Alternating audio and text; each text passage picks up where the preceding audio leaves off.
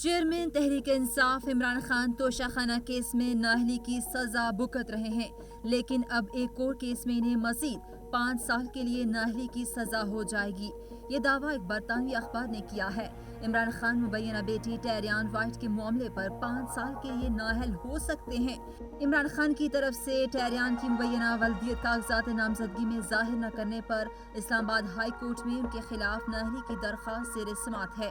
اس case کے حوالے سے برطانوی اخبار نے لکھا کہ عمران خان نے 2018 کے الیکشن میں اپنے کاغذات نامزدگی میں بیٹی ٹیریان کو ظاہر نہیں کیا تھا، جبکہ پاکستانی قوانین کے مطابق امیدوار کو کاغذات نامزدگی میں بیوی بچوں کا نام بتانا ضروری ہوتا ہے۔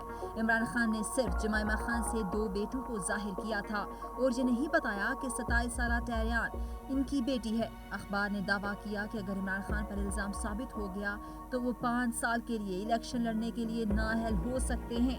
عمران خان پاکستان کے سب سے مقبول لیڈر ہیں اور وہ الیکشن جیت سکتے ہیں، لیکن اگر وہ نااہل ہو گئے تو مارچ میں آنے والے الیکشن ہی نہیں لڑ سکیں گے۔